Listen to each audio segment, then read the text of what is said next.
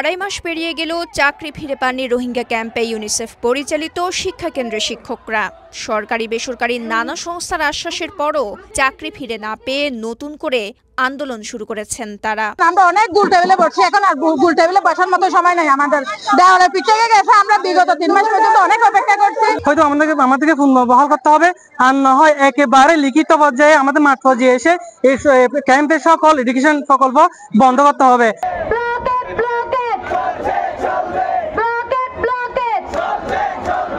আন্দোলনের অংশ হিসেবে গেল সোমবার কক্সবাজার টেকনাফ সড়ক অবরোধ করেন চাকরিচ্যুত শিক্ষকরা। এতে দীর্ঘ যানজট সৃষ্টির কারণে জনদুর্ভোগের পাশাপাশি বিপাকে পড়েন রোহিঙ্গা ক্যাম্পে কর্মরত বিভিন্ন বেসরকারি উন্নয়ন সংস্থার কর্মকর্তারাও। আন্দোলনরত শিক্ষকরা জানান, গেল মের শেষ দিকে তহবিল সংকটের অজুহাতে আকস্মিকভাবে 1250 জন স্থানীয় শিক্ষককে চাকরিচ্যুত করে কর্তৃপক্ষ। তবে বহাল থাকেন রোহিঙ্গা শিক্ষকরা। প্রতিবাদে প্রায় 1 মাস ধরে নানা কর্মসূচি পালন করেন চাকরিচ্যুতরা। এতে স্থবির হয়ে পড়ে রোহিঙ্গা ক্যাম্পের শিক্ষা কার্যক্রম। হঠাৎ করে কোনো নোটিশ ছাড়া বিনা নোটিশে ছাঁটাই করা হয়েছে। কেন এদেরকে ছাঁটাই করা হয়েছে? আমরা স্থানীয় হয়ে আমরা যদি চাকরি করতে না পারি, তাহলে বাইরে থেকে এসে কেন চাকরি করবে? বসুন্ধরা টিস্যু, অশুদ্ধতার বিরুদ্ধে এক বিন্দুও ছাড় নয়।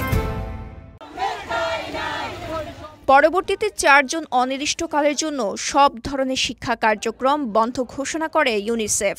অবশ্য 1 মাসের মধ্যে তহবিল সংগ্রহের মাধ্যমে চাকরিচ্যুতদের পুনর্বহালের আশ্বাস দিয়ে 3 জুলাই পুনরায় শিক্ষা কার্যক্রম শুরু করা হয়।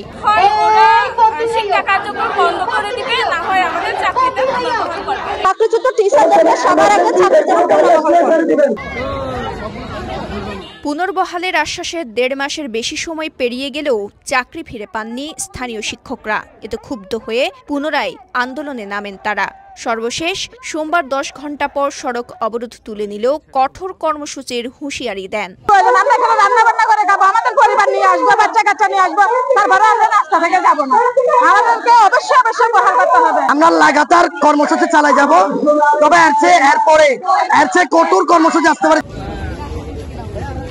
রোহিঙ্গা ক্যাম্পে বিভিন্ন বেসরকারি সংস্থা পরিচালিত প্রায় 4000 শিক্ষা কেন্দ্রে পাঠদান করা হয় 2.5 লাখের বেশি রোহিঙ্গা শিশুকে। শিক্ষকদের আন্দোলনের মুখে একদিকে যেমন এই শিক্ষা কার্যক্রম বাধাগ্রস্তের ঝুঁকি রয়েছে, অন্যদিকে আকস্মিক চাকরি হারিয়ে অনেকটা মানবেতর দিন পার করছেন শিক্ষকরা। তাই অবিলম্বে তাদের চাকরিতে পুনর্বহালের দাবি সংশ্লিষ্টদের।